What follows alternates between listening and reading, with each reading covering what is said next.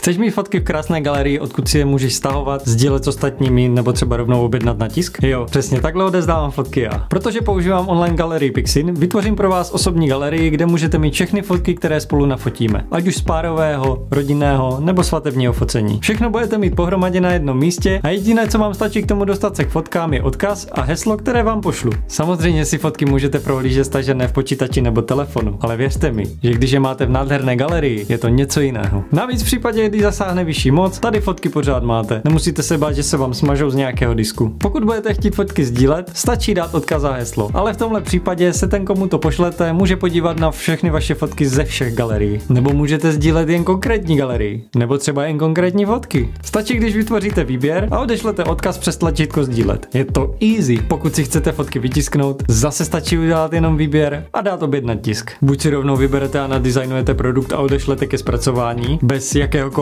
vytváření účtu nebo nějaké další registrace, nebo vám přijde na e-mail odkaz, který je platný 14 dní a přes něj si můžete svoji objednávku kdykoliv dokončit později. My třeba máme doma tyhle fotky na dřevěné desce, které jsou nádherné jako dekorace do domu a dělají vaše bydlení zase o něco osobnější. Protože co je krásnější jako dekorace než fotky vašich dětí, rodiny, které vám vždycky připomenou tu atmosféru z focení, kdy jste se cítili uvolnění a šťastní s těmi nejbližšími. Tak už se objednávej a uvidíme se na focení. Čus!